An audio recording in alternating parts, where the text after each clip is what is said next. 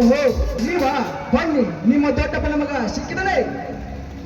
ನೋಡಿ ಸಾಹೇಬ್ರಿ, ಅವನನ್ನು ಕಾದು ಕಾದು ಸಾಕಾಗಿ ಹೋಯಿತು. ಮರಳಿ ಮನೆಗೆ ಹೋಗುವಾಗ ಈ ಬ್ಯಾಗ್ ಸಿಕ್ತು. ಅದಕ್ಕೆ ನಾನು ಎಷ್ಟು ಹುಡುಕಿದರೂ ಅವನು ಸಿಗಲಿಲ್ಲ. ಅದಕ್ಕಾಗಿ ನಿಮ್ಮ ಕೈಗೆ ಕೊಟ್ಟರೆ ಅದನ್ನು ಮುಟ್ಟಿಸ್ತೀರಿ ಅಂತೂ ನನ್ನ ಮನಸ್ಸಿಗೆ ಅನಿಸ್ತು. ಅದಕ್ಕಾಗಿ ನಿಮ್ಮಲ್ಲಿಗೆ ಬಂದು ತೆಗೆದುಕೊಳ್ಳಿ ಬ್ಯಾಗ್ ಅನ್ನ. ಓಹೋ, ಅಂದು ನೀವು ಆಡಿದ ಮಾತು ಕೇಳಿ ನಿಮ್ಮನ್ನ ಕೋಪದಲ್ಲಿ ಬೈದು ಬಿಟ್ಟೆ. ಆದರೆ ಇಂದು ನೀವು ಮಾಡಿದ ಕೆಲಸವನ್ನು ನೋಡಿ ನಿಮ್ಮನ್ನ ಹೊಗಳಬೇಕು ಅನಿಸ್ತಾ ಇದೆ. ನೀವೊಬ್ಬ ಒಳ್ಳೆ ಪ್ರಜೆ ಎಂದು. ನೋಡಿ ಸಾಹೇಬ್ರಿ, ಈ ಭೂಮಿಯಲ್ಲಿ ಎಲ್ಲರೂ ಒಳ್ಳೆಯವರು ಇರುವುದಿಲ್ಲ, ಅದರಂತೆ ಕೆಟ್ಟವರು ಇರುವುದಿಲ್ಲ. ನೋಡಿ ಸಾಹೇಬ್ರಿ, ಒಳ್ಳೆಯವರ ಸ್ನೇಹ ಮಾಡಿದರೆ ಒಳ್ಳೆಯವರಾಗುತ್ತಾರೆ, ಕೆಟ್ಟವರ ಸ್ನೇಹ ಮಾಡಿದರೆ ಕೆಟ್ಟವರಾಗುತ್ತಾರೆ. ಇದೇ ಸರ್. ಹೌದು, ನಿನ್ನ ಮಾತು ನಿಜ. ನಿನ್ನ ಹಾಗೆ ಎಲ್ಲರೂ ಒಳ್ಳೆಯವರಾದರೆ ನಮಗೆ ಹೆಚ್ಚಿನ ಸಂತೋಷ. ನಾವು ಕಾನೂನಿನ ರಕ್ಷಕರು, ನಮಗೆ ಸಂಬಂಧಕ್ಕಿಂತ ಸಂದೇಹನ ಜಾಸ್ತಿ. ಇರ್ಲಿ ಬಿಡಿ, ಈಗಿನ ಕಾಲದಲ್ಲಿ 1 ರೂಪಾಯಿ ಸಿಕ್ಕರೂ ಕೂಡ ಜೇಬಿನಲ್ಲಿ ಹಾಕಿಕೊಂಡು ಹೋಗುವ ಜನರೇ ಜಾಸ್ತಿ. ಅಂತಾದ್ರಲ್ಲಿ ಲಕ್ಷಾಂತರ ರೂಪಾಯಿ ಬ್ಯಾಗನ್ನು ತಂದು ಈ ಸರ್ಕಾರಕ್ಕೆ ಒಪ್ಪಿಸಿ ಕಳೆದುಕೊಂಡವರಿಗೆ ಸಿಗಲಿರುವ ನಿಮ್ಮ ಗುಣ ನನಗೆ ತುಂಬಾ ಇಷ್ಟವಾಯಿತು. ತುಂಬಾ ತುಂಬಾ ಥ್ಯಾಂಕ್ಸ್. ನೋಡಿ ಸಾಹೇಬ್ರಿ, 24 ಗಂಟೆಗಳ ನಮಗೋಸ್ಕರ ಡ್ಯೂಟಿ ಮಾಡುವ ನಿಮಗೂ ನಾವು ಸ್ವಲ್ಪ ಉರುಳಿ ಸೇವೆ ಮಾಡಿದ್ದೀವಿ ಅಷ್ಟೇ. ನಮಗೇನಾದರೂ ಸ್ವಲ್ಪ ಪುಣ್ಯ ಬರಲಿ ಅಂತ. ಸಾಹೇಬ್ರೆ, ನನಗಿನ್ನು ಸ್ವಲ್ಪ ಕೆಲಸವಿದೆ, ನಾನಿನ್ನು ಬರ್ತೀನಿ. ಆಯ್ತು, ಹೋಗಿ ಬನ್ನಿ. ಓಕೆ.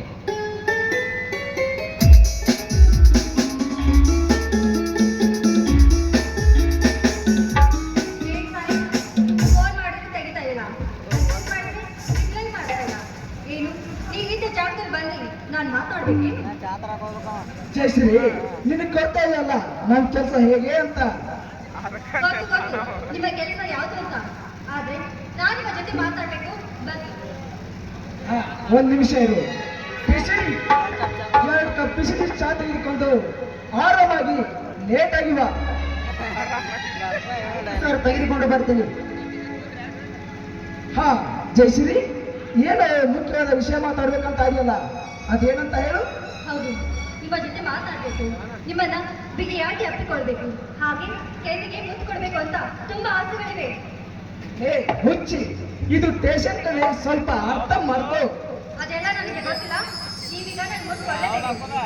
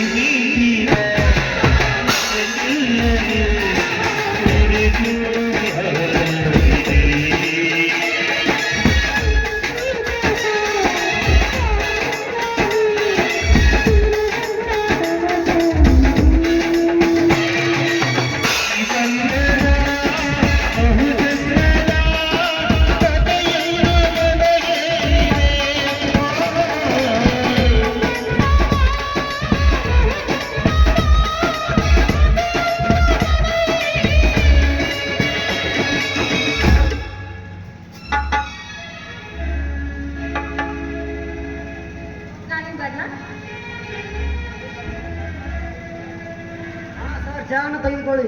ಹಾ ಖುಷಿ ಅವೆರಡು ಚಾ ನೀನೇ ಕುಡಿದು ಸ್ವಲ್ಪ ಟೇಷನ್ ಕಡೆ ಗಮನವಿರಲಿ. ನಾನು ಜಯಸಿರನ್ನ ಬಿಟ್ಟು ಬರ್ತೀನಿ.